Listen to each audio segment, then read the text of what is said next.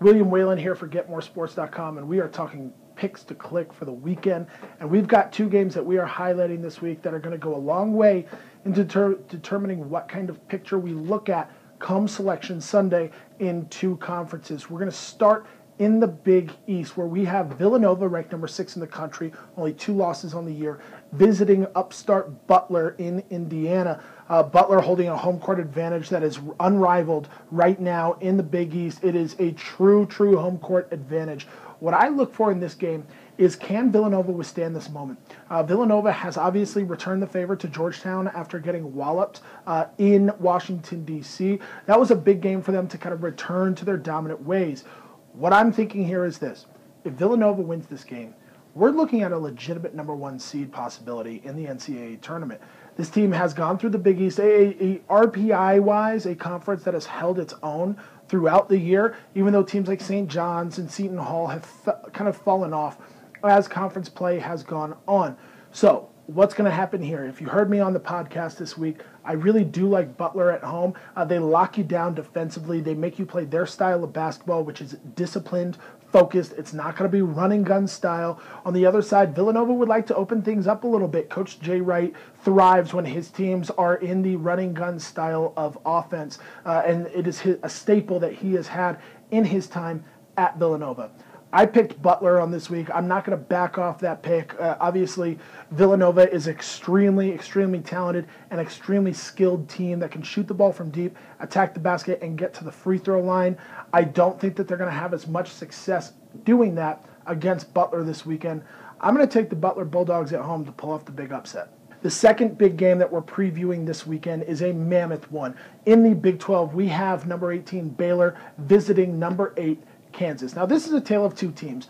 Baylor has come on even stronger as the conference season has gone on, faltered a little bit earlier away from home. They've been very good in Waco. This game, of course, will be played in Fog Allen, in Lawrence, Kansas, underneath the watchful eye of Rock Chalk Jayhawk. What I'm looking for is this from the Baylor Bears. Can Kenny Cherry, Torian Prince, can those guys really, can they control the paint and the perimeter to each his own? Because what's going to happen is you're going to see Cherry matched up against Frank Mason of Kansas. That's a big-time point guard matchup in the Big 12. Two guys that can facilitate, can put the ball in the hoop when they need to, but really thrive in setting their teammates up most. That's going to be a matchup that is vital to watch when we're talking about who's going to win this game.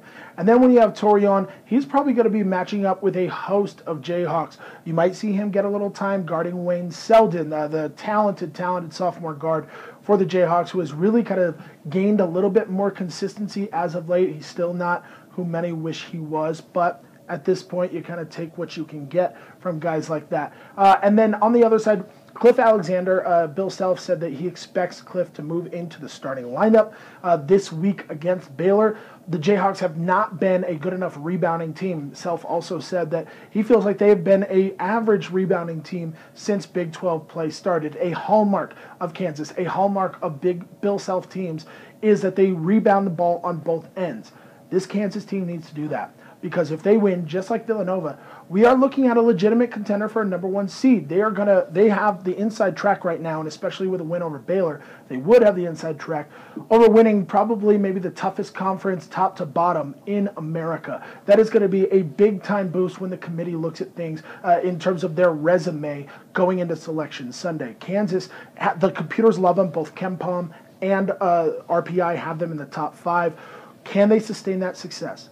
Can this team of talented individuals continue to buy into Bill Self's vision as a whole, as a unit? I know it sounds cliche, but it is absolutely true. You have to play for the man next to you. You have to play for each possession being its own battle, its own game within itself. And if Kansas does that, they have the talent, they have the home court advantage, and they have the coaching to beat Baylor at home. Baylor certainly is going to present a challenge. They do. They've been playing very well lately. But the Jayhawks and playing in Fog Allen is a different animal.